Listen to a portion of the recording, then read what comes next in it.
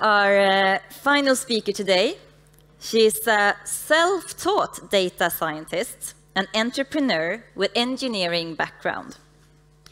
With a passion to apply artificial intelligence and machine learning capabilities on biomedical science to accelerate the development of new technologies. She does make AI simple and a tool for ordinary everyday issues. And also, at the same time, with a passion, she applies her knowledge into human challenges, such as cancer. A big welcome to Norah Klintberg Sakal. Welcome. Technology. Buy it, use it, break it, fix it, crash it, change it, melt, upgrade it, chart it, point it, zoom it, press it, snap it, work it, quick erase it, write it, cut it, paste it, save it. Oh wow, thank you for having me. I'm so glad to be here. Hi, let's talk some AI, let's talk some deep learning. So AI for you fill the blank. Just as you mentioned, my name is Norah and I'm self-taught when it comes to programming. I have a background in biotechnology and bioengineering, but I'm self-taught when it comes to data science. And I'm raised in Sweden, in Stockholm, but I'm currently in San Francisco. We've been living there for 3 years, and now we're in New York as well. So I flew in yesterday, so I'm super excited. And currently I'm bootstrapping my own startup where I'm building a deep learning platform for cancer and stem cells researchers. So basically I'm training deep learning models that will help them understand how their cancer cells are communicating, but also evaluate how well their drugs are working on different experiments, basically. And if there's something I want you to remember me by is that I love AI and I love deep learning. I'm applying that on everything. And by everything, I really mean everything. We're going to look at 4 different practical AI implementations here today, starting with makeup. And it's divided into these 4 ideas, but it's also going to talk a bit about the data and the most exciting part, in my opinion, which is training the model and actually see what the model will see during the training and afterwards. So the question for this part is, what do you do when you don't have any data? Then we're going to talk a bit about gardening and AI. The question for this part is, can a simple algorithm still solve like time-consuming and important problems? The third idea is AI in furniture. And I want to ask you, how creative can an algorithm actually become? And the last part, which is my main focus, it's AI in cancer. And the question is, can you train an algorithm for cancer cells with cats and dogs? So let's start with makeup. What about AI and makeup? What's the connection between those two? So the problem is that I spend a lot of time in front of the mirror every morning because I enjoy looking like this. And I guess there's other people feeling the same thing. But because of that, I'm also looking for inspirational videos or like tutorials for makeup. The only problem is that if you search for makeup tutorials, you'll get over 30 million videos. And the beauty industry being like a $4 billion industry just indicates that it plays a significant part of people's lives. So I spend a lot of time in front of the mirror. There's 30 million videos out there, but how do I know which one of these videos will actually show me a tutorial that matches my facial features or my particular like unique facial features? And when I thought of this, I immediately knew that you can solve this using AI. So that's the first idea, AI and makeup. But what about the data? So first of all, I started to research this field. I'm dividing this into 3 steps again. First, doing some research, then deciding on the goal, what do you want to train, what do you want the model to do? And the last step is to how to find that data, how to build your own data set if you don't have any data to start with.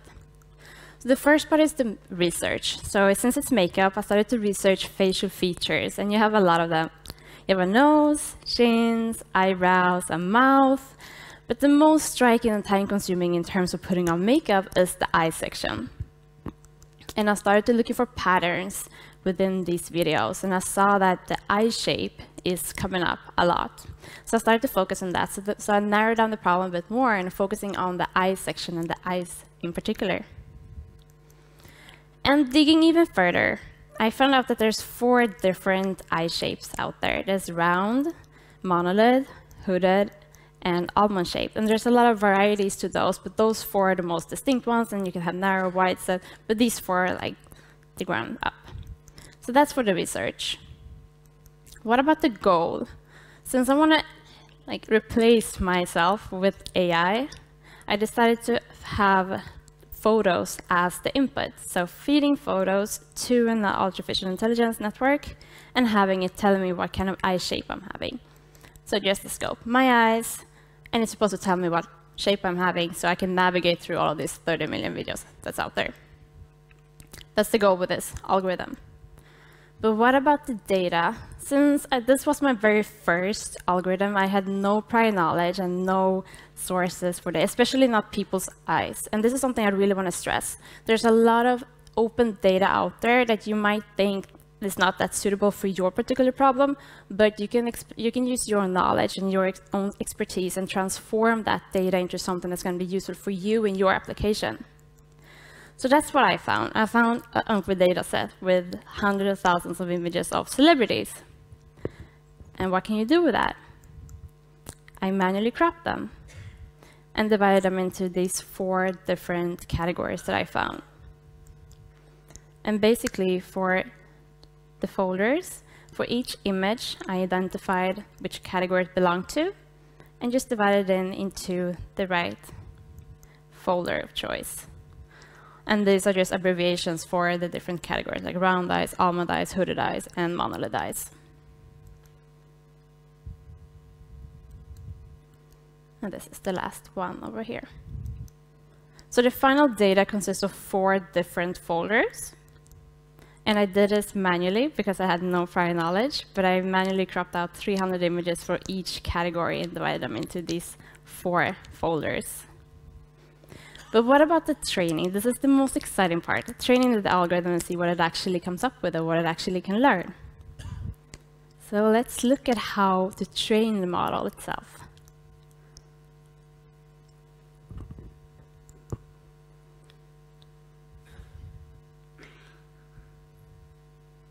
So here's a platform that I built. It's super easy. It consists of 4 different models that you can train. The only thing you need to do is upload the data that you want to use for each class. Like in this case, I have 4 different eyes. I'm going to upload 4 different folders to the network.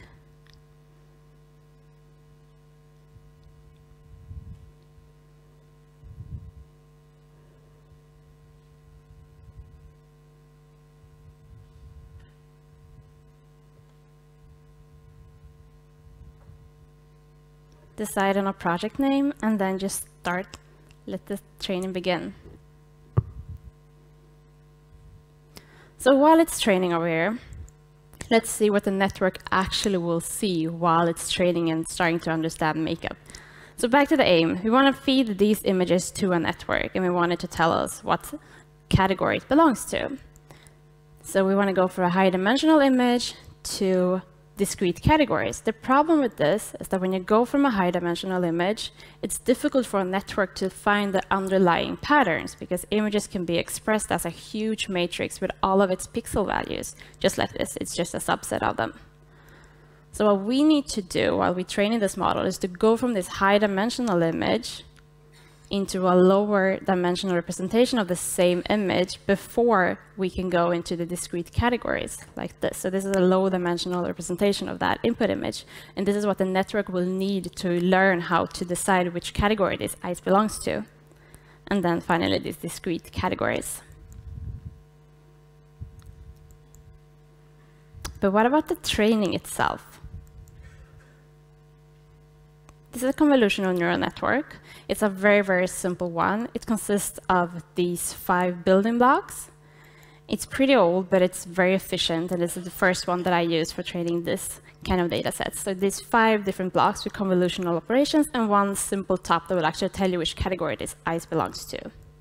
And what we're going to do throughout the training, we're going to transform this high-dimensional image into these low-dimensional representations all the way down for each building block, all the way down to this very low resolution image. And then it's going to guess, are these round or not? And this is how it's going to look like inside of the network. So this is actually what the network will see during the training. And we're going to run this hundreds of times until it actually learns. So here it still doesn't know the right answer. So we're going to run it again and again 100 more times until it actually learns what to do. And now I got it right. And I think the training is done as well. So let's look at that.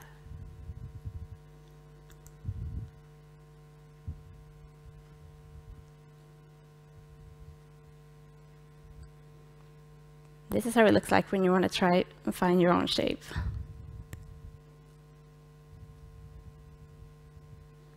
And you will quickly find out that I have round eyes, and this is the kind of makeup that will suit my particular facial features. So let's go back to the presentation again. That's makeup and AI, and with the key takeaway, right? What do you do if you don't have data? You use open data sets and you transform that into something that's convenient for you, that's going to suit your particular feature or your particular case. But what about gardening and AI? What's the connection there? So gardening, my husband and I used to have a gardening company back here in Sweden. We had a couple of employees, so I worked out a lot. And I met a lot of customers, and I spent a lot of time in different gardens. And basically, this is how my phone looked like after meeting with all those customers. So I spent a lot of hours there just looking at their gardens and trying to write like a pricing quote for them. The only problem is that there's a lot of time. First, you have to understand what you need, what services the customer needs, and then you have to write this pricing quote. So I immediately thought again, this is solvable using AI, of course. But how could you do that? So some more research into this field as well. A garden is pretty different from makeup because it consists of many different kind of like environmental categories, like a lawn, you have garden tiles, you have a bush, you have trees, you have a bush bed, flower bed. So for research, I just took all of our most popular services and looked back at all of our different quotes and created a data set out of this. So the goal for this algorithm was to take a photo, give it to a network, and having the network writing the pricing quote for me and then sending it to the customer. So I was just bringing myself out of that equation all along. And this one is pretty similar. We're taking a photo, giving it to a network, and having it writing a quote. But what kind of data do you need for that? Back to the garden.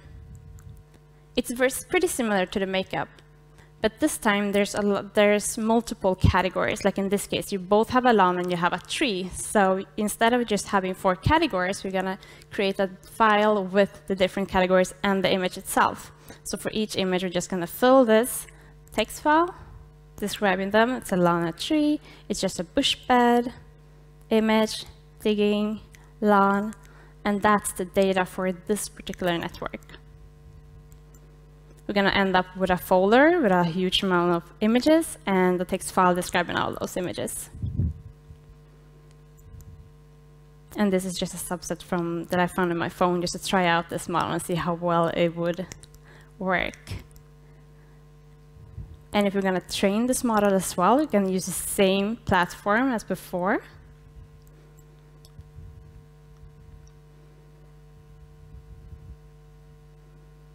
But this time it's a multi-label classification instead, where you just pick the images, upload them, and then picking the text file which describes all those images.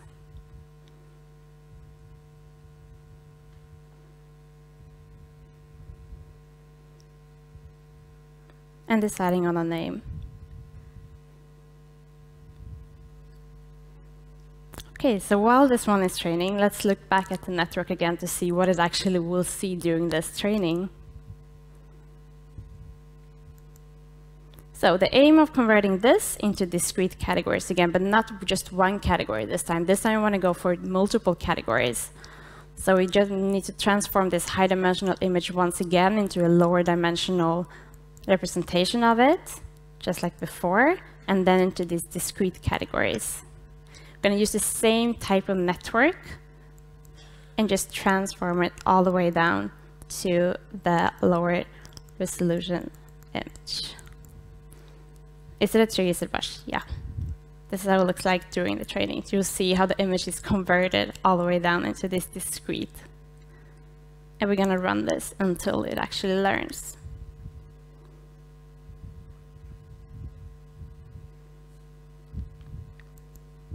And the training is done again. You can go and see how a network, how it performs when it gets an image.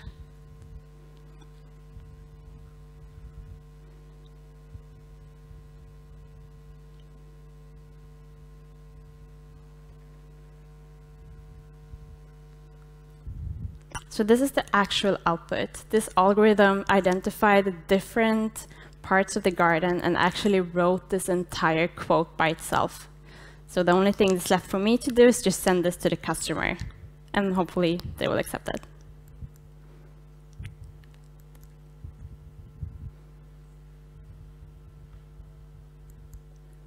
So that's AI in gardening. And the key takeaway here is that even though it's a very simple algorithm, it's a very simple solution, you can still apply it on a time-consuming and an important problem. OK, but what about AI in furniture? By show of hands, how many here have bought or sold anything on Blocket? Yeah, so you know the procedure. If you're buying something, you have to go through a lot of badly written ads. If you're selling something, you have to write the ad yourself.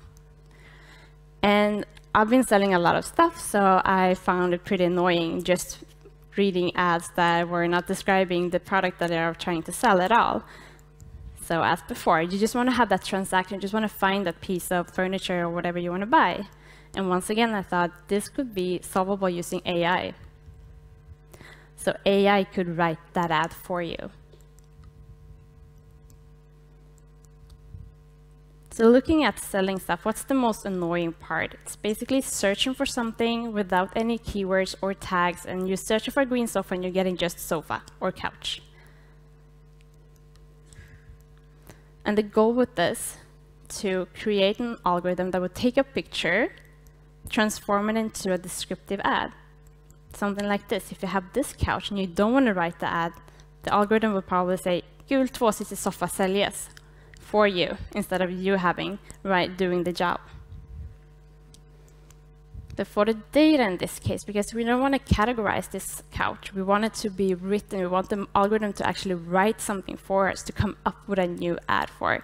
So it's pretty different, this kind of data set. So what we're going to do in this case, we're going to take a bunch of photos, create a file where we describe every single image. Like in this case, yellow sofa, something we're going to sell it. This blue couch, we're selling this and that. This one is red, it's nice, it's cheap. This one is fresh, it's pretty new. We're moving out, so you can buy this amazing couch. Maroon, antique green. So for this data set, I went a bit further. And I created a much bigger set because this algorithm needs to learn how to write in Swedish. It doesn't know it from the start, so it misspells a lot. So we have to have a bigger data set for this one. So I went with 16,000 images and 16,000 rows describing these couches. So let's look at the training of this algorithm. How creative can it get, basically?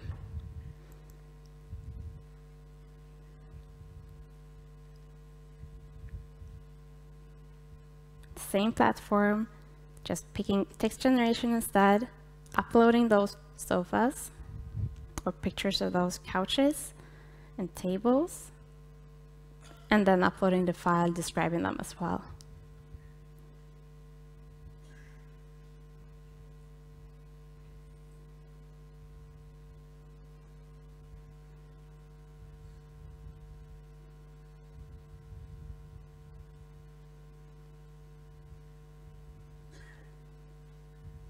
Okay, great.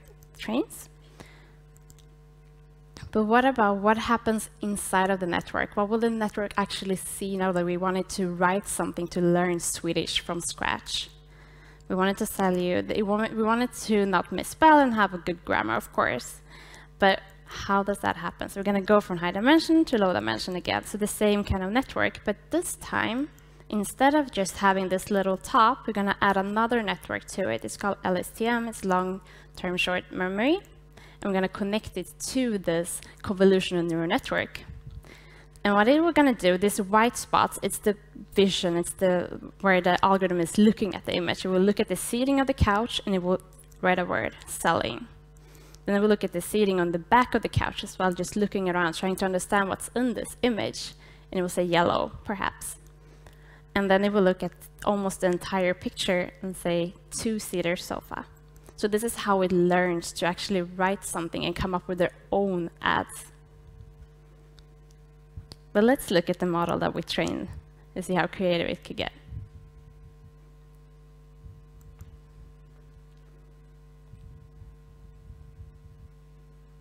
So I found some pictures of different homes, and I tried them with this model. So this black leather couch, and the algorithm said, fin soffa I äkta skinn. And the interesting part here is that it can actually see the difference between fabrics. And so you can see that it's leather or if it's another fabric. But also just to show you the range. Another couch that I found online. And the algorithm said, vi säljer vår fina och bekväma soffa på grund av flytt. So we're selling our nice and comfortable couch because we're moving. And all of us wondering is, who's we? So this model actually saw the pattern inside of the different ads and actually understood that humans want to tell other humans why they're selling their stuff. So this one came up with they're moving somewhere. And one last for the range of their creativity. Like this home. And the algorithm says, vet egentligen inte varför vi säljer den, men vi skulle förnya och då blir det så här. So in English, it's, don't know why we're selling it, but we were renewing, so it just happened. So this is showing how creative it can get out of the data that you're providing to it. So this is not pre-written ads, it's the algorithm look at an image and then writing it for itself. Okay, so that's furnitures, and the question for this was, how creative can it get? Depends on the data. Let's look at the very last part, which is AI and cancer. It's a very exciting field, and it's coupled with my background in biotechnology. I spend a lot of time in the lab, in the wet lab, looking at bacteria. And what you get is this kind of images. It's image of human bone cancer cells from a 16-year-old girl. And if you're a researcher, you want to find out how well your drug treatment is working with this kind of images. So one thing is that you want to count them to see how well or how effective your new drug is working, basically. And I worked with a company back in San Francisco, and I saw their struggle. They end up with hundreds of images. And once again, I convinced the researchers that we have to solve this using AI. There's no other way. So that's what I'm doing right now. The research behind this, when you're in the laboratory, you end up with hundreds of images, and they're all low contrast and low resolution, just like this one. And it's just one, it's hundreds of them every single day, and you don't have time to go through all of them as a researcher. So what I want the model to do, a range of different things, but in this case, we want them to count all the cells for the researcher. It takes them a couple of hours because it's so low resolution, but my models can do it in seconds, so that's the research behind it.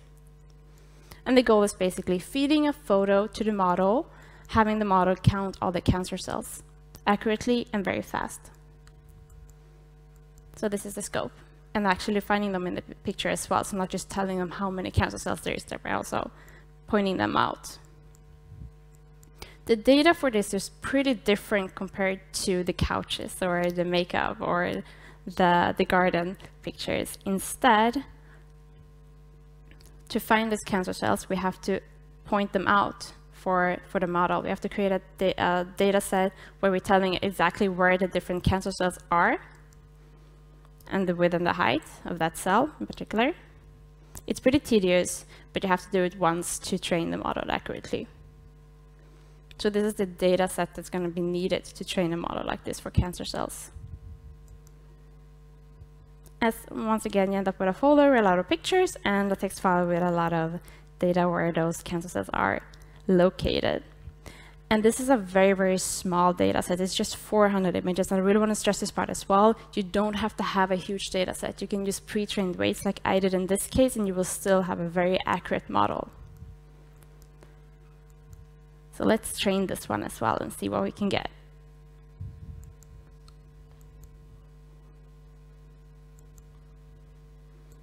So while it's training, let me just show you what's behind this model again, just to see what the network will actually see while it's training. Instead of categorizing it, it will divide these images into very small bounding boxes. And for each bounding box, it will predict if it's inside one of our own bounding boxes as well. So this algorithm is pretty convoluted, but it works perfectly for this kind of case. And let's see what the training will say about this as well.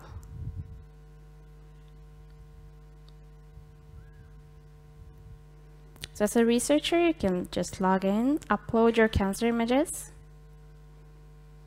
and in seconds, the algorithm will count them and point them out and tell you how many there are. And in this case, there's 28 of them.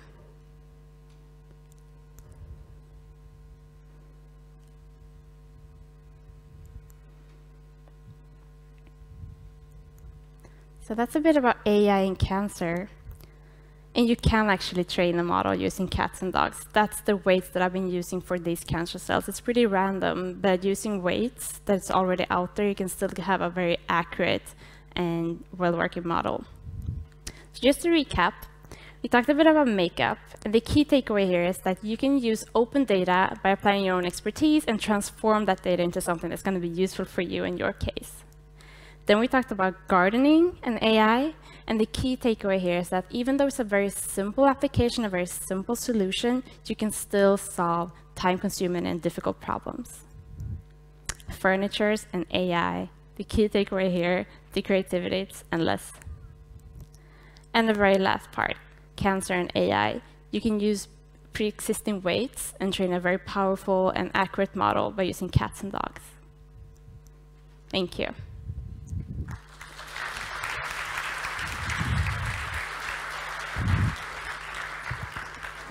Thank you, Norah. Let's sit down and have a talk. Sure. Thank you. Thank you. Wow. I mean, you say you're self-taught. Yeah. Yeah. Yeah. Where did that start? How did you come up with that idea? In terms of programming? Yes. I love to create products. I think that this kind of presentation makes sense in that case. But I love taking something from the idea and to actually a real product or a real solution or a real service. So I always had that. I've been driven to, just convert ideas into stuff. That was what I was going to ask you as well. What drives you in all this? But it's actually creating something that could be just useful. Taking something that you thought about and just creating something real that people can use. And all of my models are up online and they were used by people. So, yeah.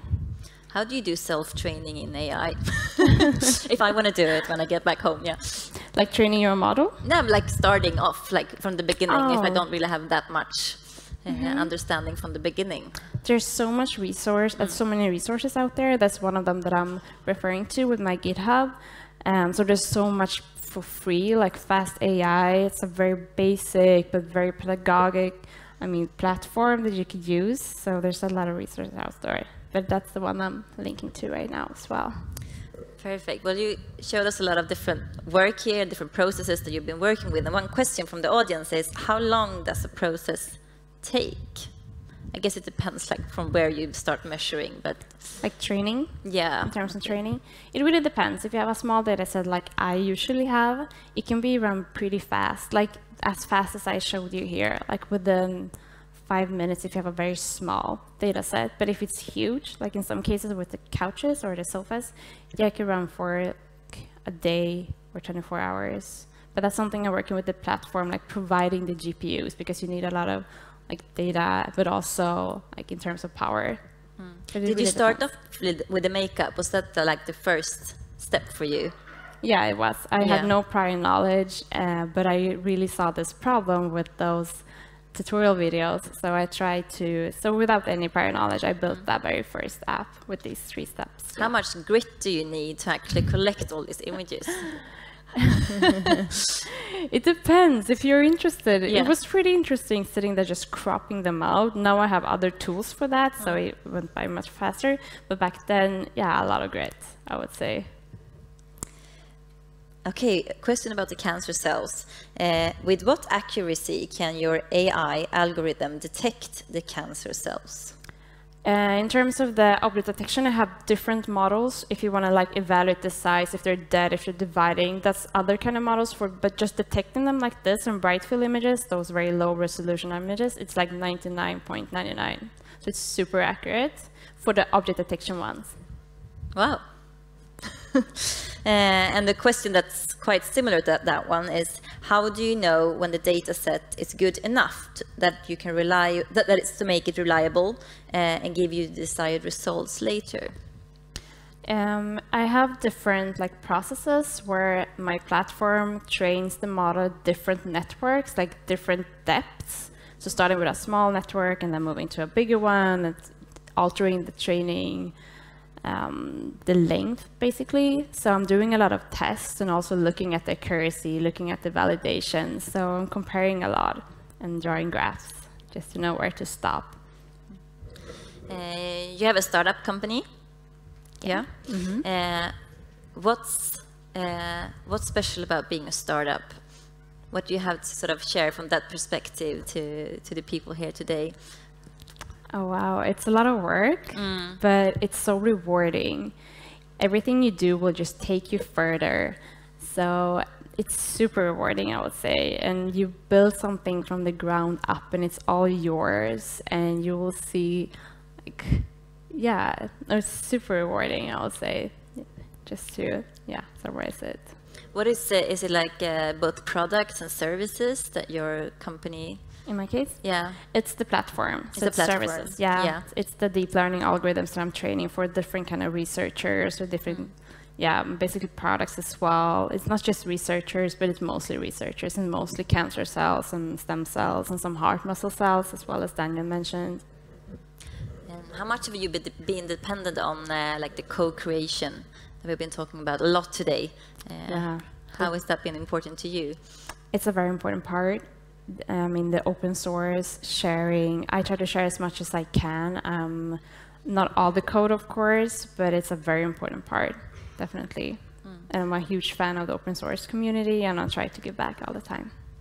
Great. I think we're in different areas talking about the open source and the open data and the need for platforms to actually help us in doing this as well. Yeah, definitely. Yeah. When it comes to co-creation, the ecosystem is very important here today. It's kind of an ecosystem actually gathering together. And as this conference is a collaboration, you have chosen to move into a world-known ecosystem of innovation and entrepreneurship. When did you do that, and explain that step, and how important is that for you as a startup? Like moving into like having my own company? Like you left Sweden. Oh, right. We always dreamt about having a company in Silicon Valley, like everyone else, I guess. So we just took the step to try it out. And the environment there is amazing. All the investors and a lot of like meetups and the whole, everyone you meet has a startup or has something they want to pitch you. So it's a very, very good environment in terms of having your own startup over there. Because you're in Silicon Valley and New York most of the time. Yeah, altering in between, but mostly SF, I mean San Francisco and Bay Area. Well, you have a platform, and the same question as I asked earlier, the thing about like the business models, because in the end it's a lot of hard work. And we need money. And I think that's a challenging step for many of the innovations that we have. When are we actually able to get the money back from all the hard work? How do you view upon like business models and when it comes to the kind of platform that you have created? Yeah, that's an important part. It's built on a subscription model, so the researchers are just subscribing to the different models, and I'm training models as I go along, so different researchers can just hook on it as soon as they have a new cancer, deep learning model. So, but basically subscription-based. and it works well. I mean, in that field, it's very fast moving. The future is difficult to predict, but when you think about AI, you have a question here from the audience. Do you think your AI algorithm will substitute a medical doctor observation in the future? Not my particular algorithms, no, but in general, yes, definitely. Mine are very early stage, but those that are out there, I mean, competing with the doctors right now, I would definitely say that it will be like replaced. Or at least, yeah, definitely. Another question, which is more a detailed one. How do you know how many numbers of photos you need for each model? Yeah, you can, it depends. If you're going to use like a pre-trained weight, like I usually do when the data sets are so small, then you could go with everything from, it really depends on what you're training. If you're training something that's included in those trained weights, then you can have a very, very small data set. But it's all about like plotting how well the training is actually moving forward, I would say, how the accuracy changes. But you can start with a very, very small data set. I mean, like in this case, like 100 images is enough to get an accuracy that's, yeah, that's good enough for the application. But it really depends on what you're training. When it comes to the development of AI, you make it really sort of clear and simple somehow, and very useful in different kinds of areas. But what are the main obstacles for it to actually happen and to accelerate, and for us to use the possibilities that it actually gives us? You mean AI in general? Yeah, in general, yeah. Oh, challenges. I think it's still, it depends on the application, of course, but sometimes you have to have a high, I mean, the accuracy that's needed, it's difficult to reach. That's why I'm very low, early stage research projects, but I will say it's difficult. Yeah. I mean, it's combined. I think it's both data, but also networks. Yeah, but we've come so far. I mean, in terms of like self-driving cars and like smart assistants, so it's difficult. Yeah. The monokeros, is that how you say? Yes. Is it available for everyone, or? I'm launching a beta pretty soon, so when it's done, the platform is there. Everything I showed you is working, but I'm still working with a smaller group. It's not the platform that my researchers are using, because that's highly specialized on cells. This one is more like general. Everyone can train a model on it, but basically it's launching very, very soon. Transformation. How much is what you're doing actually like a transformation? Or is it just, well, this is very simple, it's nothing special, or is it really like a complete transformation in how we are doing things in our community? I think on a low level, yeah, definitely. The researchers that I'm meeting with, they're spending hours every day just like looking at images. It's unbelievable, actually, that someone that's highly trained or went to have a PhD actually just looks at images like every single day, or just counting cells by hand. So in their case, they can spend like an hour a week just manually evaluating the pictures that I'm predicting. So in their case, it's definitely transformative, and they don't even think about the possibility to actually not doing it for hours every day. Yeah. So in that case, yes. But for makeup, maybe not. Maybe not. We also have one more of a personal question to you. Have you faced any challenging? Has it been challenging for you to convince investors as a female researcher? Has it been a difference, do you think, being a woman in this? That's a good question. I think in general, yes, but those investors that I met were amazing. So for me personally, no, but I know it's difficult. I know women are receiving a small amount of money, like in general, when you're raising money. But in my personal experience, no. No. No. Do you get any sort of ethical obstacles or questions working with this? If I'm getting questions? Yeah. No, not really me, like personally, since I'm in the lab, but I'm not responsible of the research. But with the stem cells that we're working with, I know there is a lot of question about them, but we're mostly working with doctors that want to cure like super rare diseases. So they're taking stem cells from people that they want to cure. So they're taking some like skin cells and then they're tracing them back to stem cells. So, but not me personally, but the researchers, yes. Yeah. They do. I mean, when you show the example from the quote, like the gardening, you sounded like really happy that you didn't have to do that work. Yeah. Yeah. The AI could do that for you. But that's also a fear in society, that will AI take our jobs? Do you have to answer up to that as well? Or do you feel that, no, it just makes lives better? No, it makes life better. I'm happy for an AI to take that off my work, like doing the quotes or like looking for answers. No, I'm happy for them to just take those parts. Yeah. But it really depends. I mean, if you're a driver, and then, yeah, you might get intimidated by self-driving cars because they're, yeah, pretty much coming along right now. But in general, no. We should just be happy to leave those tedious work to AI and deep learning. I think there's one more question here that we haven't answered. How far away would you say we are from replacing radiologists with AI? I'm afraid to say this because I'm working with radiologists, but it depends on early stage.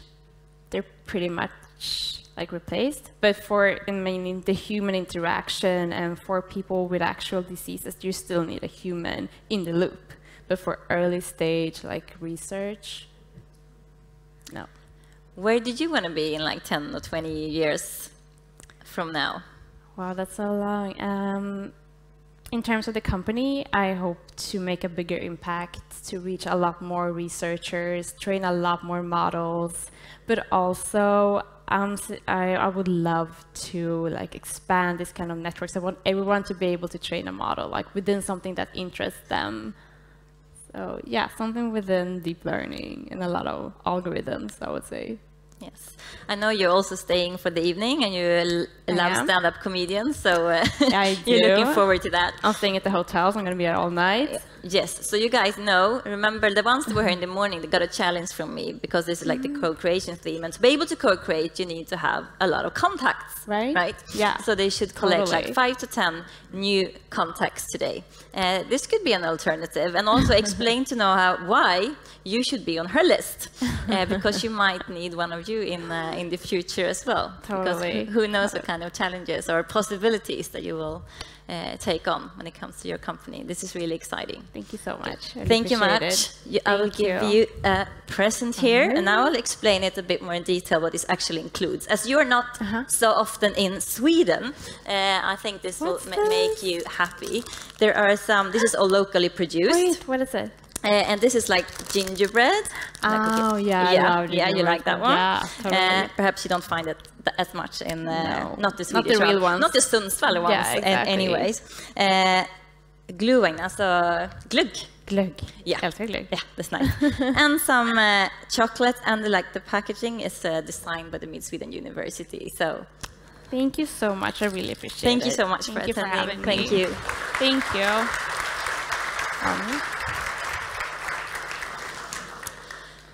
Wow, we have been having a great day here. We started off early. It's nice to see you all here, and big thank you to wonderful keynote speakers that we had here today. And also all the different people that have been engaged in the parallel sessions has done a great work. I also want to say thank you to all the partners, organizers of this day, and the sponsors, and to all of you who attended this day. Now, we will enjoy a wonderful evening together. We will be about 400 people, so I'm going to give you the details how to do this, so you won't get too crowded. We are not in a hurry when it comes to the program. When you all are settled and you have taken your food and everything, we will have some people talk, and then Elin will get started. But you don't need to rush or to hurry. We will have time for everything. When you go there, you should pass the reception and go upstairs. The ones that were here earlier today, it's where we had lunch. That's where we will meet. And it will be a buffet inspired by autumn. So it's like a harvest buffet, really, really nice.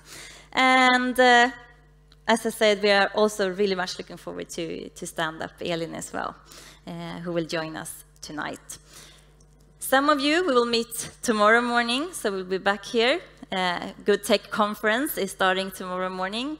But the rest of you, I really, really hope we will see you here next year. And I would like to leave you with a quote in the sort of spirit of co-creation. It's Simon Sinek who has said this one. We achieve more when we chase the dream instead of competition. So use that when you go on transforming today and the future together and co-create, and have a beautiful evening. Thank you so much.